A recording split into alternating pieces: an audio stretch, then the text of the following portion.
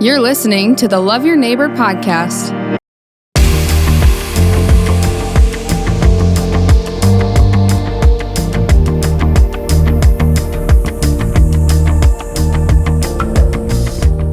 Well, thanks for joining us on the Love Your Neighbor podcast. My name is John, and today we have a very special guest, Aiden Kasten is joining us. Many of you at Brandon Valley High School in the Brandon Valley area, you know Aiden and his family, but we're glad you're here, Aiden. We're going to talk a little bit. Absolutely. Thanks for having me. Yeah, it's good to have you.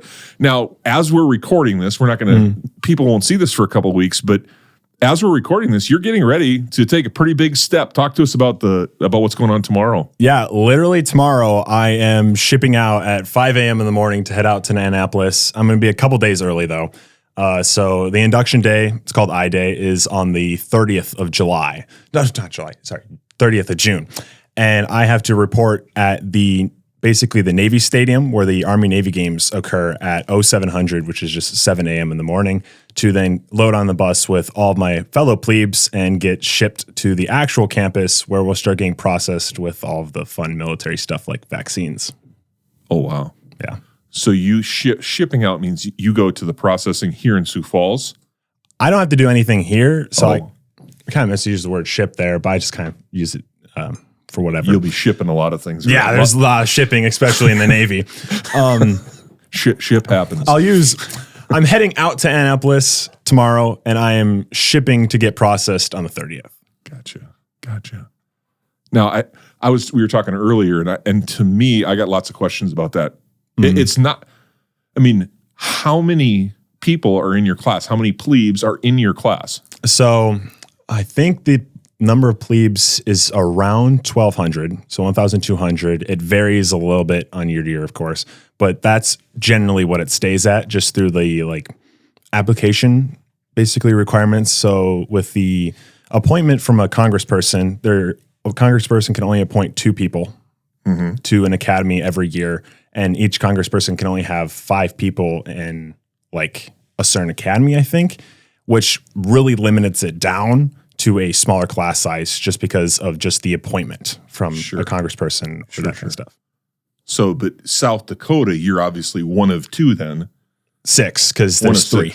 Oh, 3, okay. 2 senators and then, of course, Gotcha. One representative. See, I'm learning stuff all the time. Oh, you're fine. I'm always available to learn things.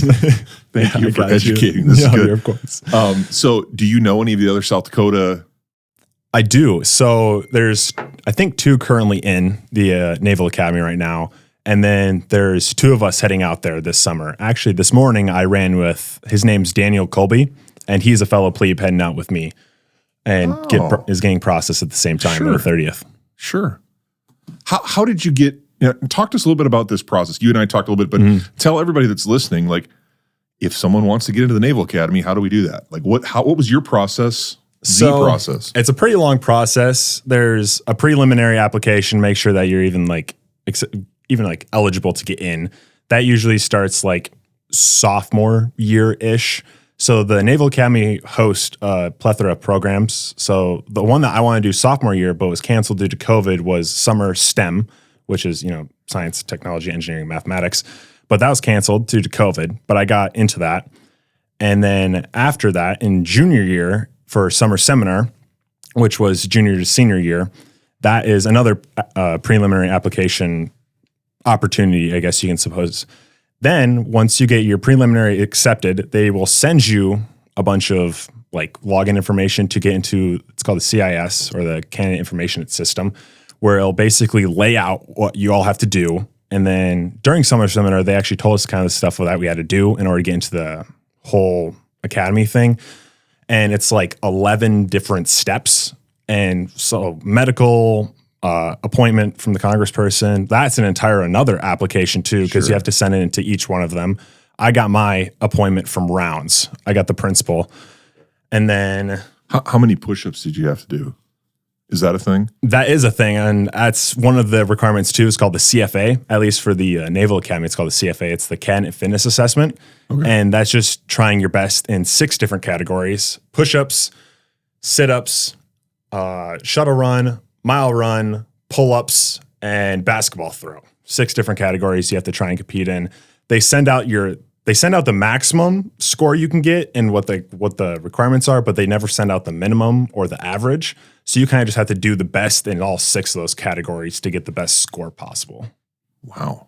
Yeah. So is that something that you test at a military installation, or do you just test it on your own and then kind of on the honor system? You can. So how the CFA is basically coordinated is you need an advisor to watch over, which can be like a football coach or a balloon gold officer, a BGO. But I had Coach Risty do mine from football, and he's done it in the past. So I was like, what better person to do it than somebody that's done it in the past? Wow. So there's, it's multi-steps. And at any one of those things, if you don't check all the boxes, you could be out. Yeah. So you could get through the entire process and then go to your medical review and they find out you have something that's not eligible. They will just done. Was there ever a time when you were like, this is too much? This is too much. And it was about to be with the appointment, because what happened was all the appointments are relatively in the same time. So Thune and Johnson's appointment interview, because you have to get an interview with their council of admissions people, and theirs was December 4th. And I had a state oral interp competition that weekend, so I couldn't make it to theirs. So I was like, okay, rounds, I need an appointment here. And then I got the call actually a week earlier on October 28th at 12 in the morning. I wasn't feeling very well because I was like sick and just wasn't getting good. And then I get a call, and what do you know? It's Senator Rounds telling me I have the principal nomination. And I'm like, okay, now we're good. Okay. So that truly is kind of the big thing, is getting their attention. It's really the appointment's like one of the hardest steps in the entire process.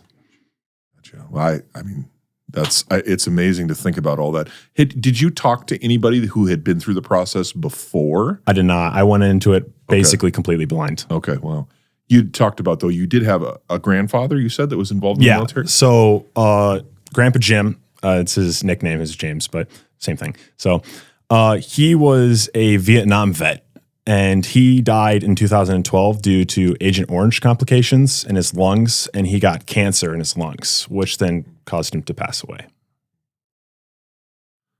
Was he close around here? Did you know him pretty well, or? So what was really helpful is when we moved to Brandon, our grandpa Jim and Donna were living like behind Casey's in Brandon. So that was really nice.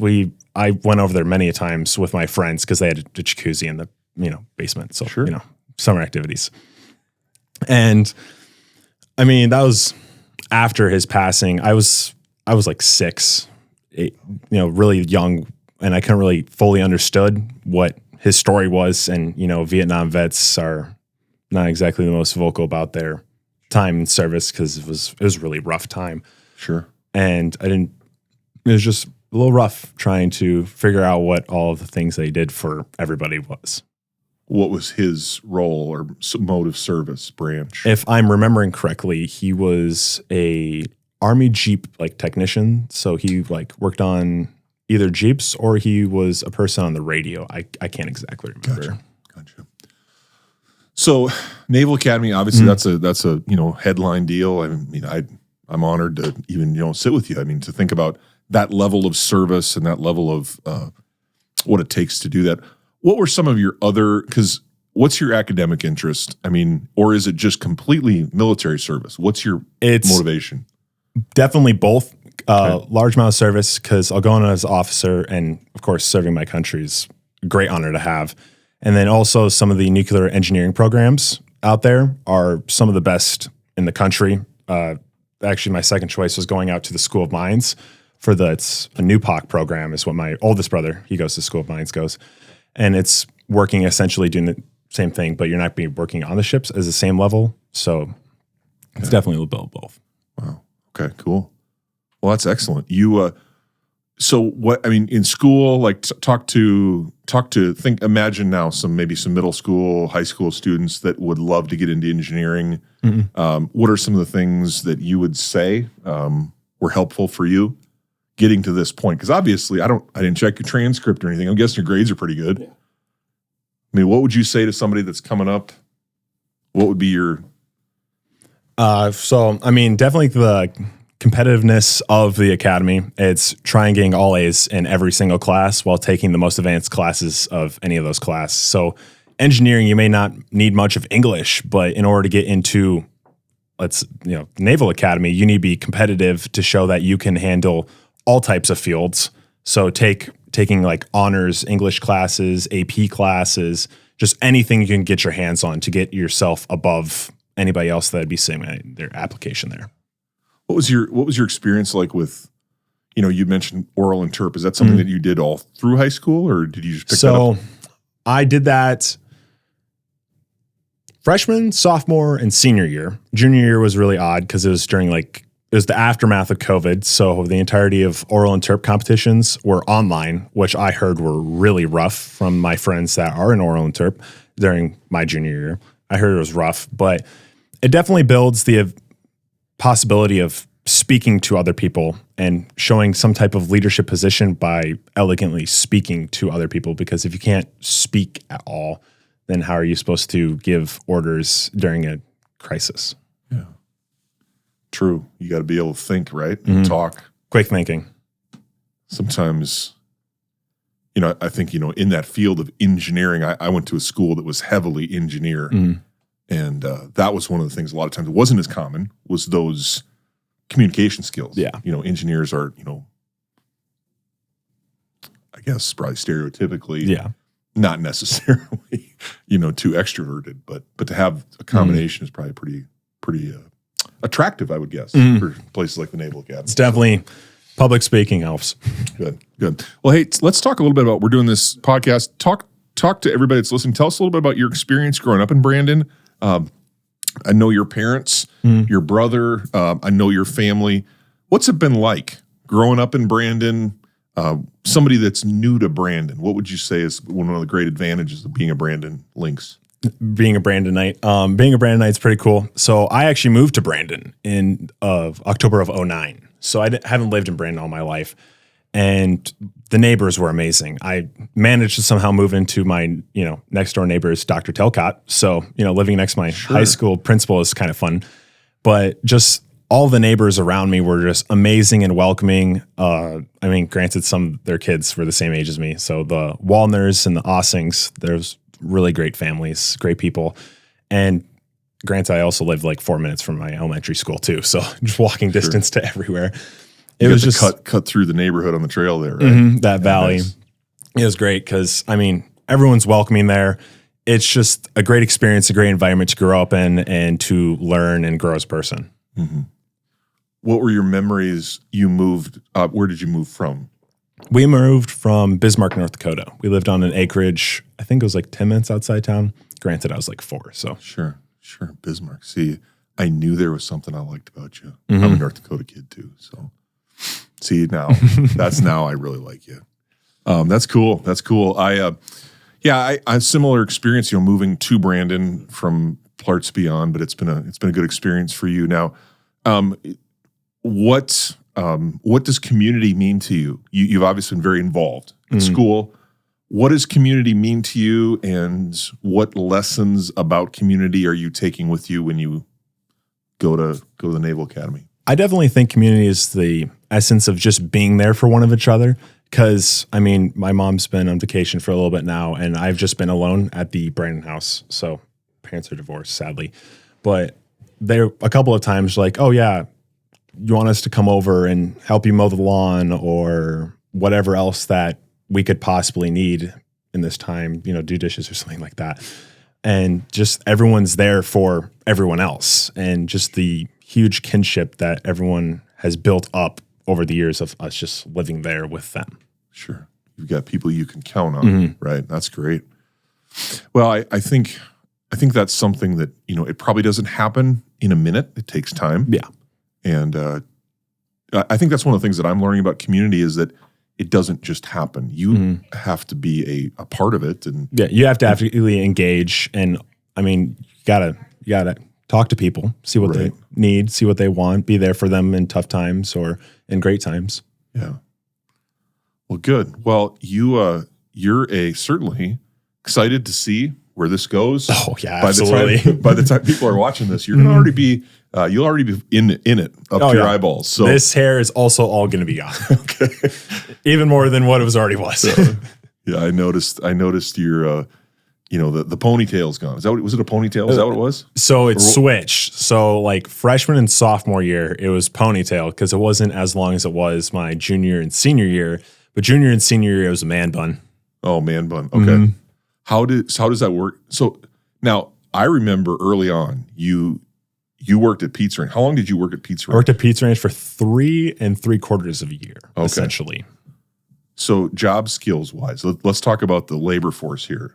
What was that like? I mean, that's a pretty long tenure employment. So, I mean, it was definitely interesting because I started there in March of 18. So like 4 months after I turned 14. So I essentially just immediately started working.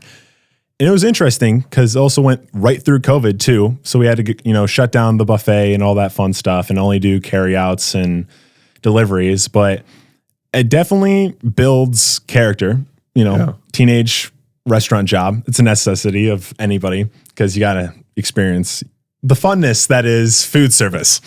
We'll say that. And it just really makes you appreciate what you got, especially working minimum wage and seeing how much money that brings in with a part-time job and just trying to imagine what a higher wage or even like a full-time job would have to offer. And of course, the perseverance through the tough times when you don't want to work and when it's really gross, because I worked front of house and I bussed tables. So that got pretty clean. Yeah, so you learn, I mean, serving people. I mean, I think that's one of the great, resources in our community is places like Pizza Ranch, but Pizza Ranch specifically, I mean, they're focused on teaching some of those skills, and to have that experience in your back pocket, I have no doubt that has an impact. I mean, on your success and learning, not only just classwork, but also, and leadership is service. Putting people in front of you and making sure that they get what they need to have a great time and good experience while sitting down at the tables within your restaurant. Yeah, absolutely. Well, I tell you what, Aiden, this has been great. I appreciate you, and best of luck to you. And we'll be following your career and your story, and best to you as you go. All right, I'm sure my mom's gonna post pictures of me bald. So I'm sure she will. Thanks for having me. Thank you for joining us on the Love Your Neighbor podcast. The purpose of the Love Your Neighbor podcast is to build community one conversation at a time. You can help us build that community by sharing the podcast on your social media channels and rating our podcast on whatever platform you're listening from. Another way is to let us know of any neighbors who have a story. Go Lynx!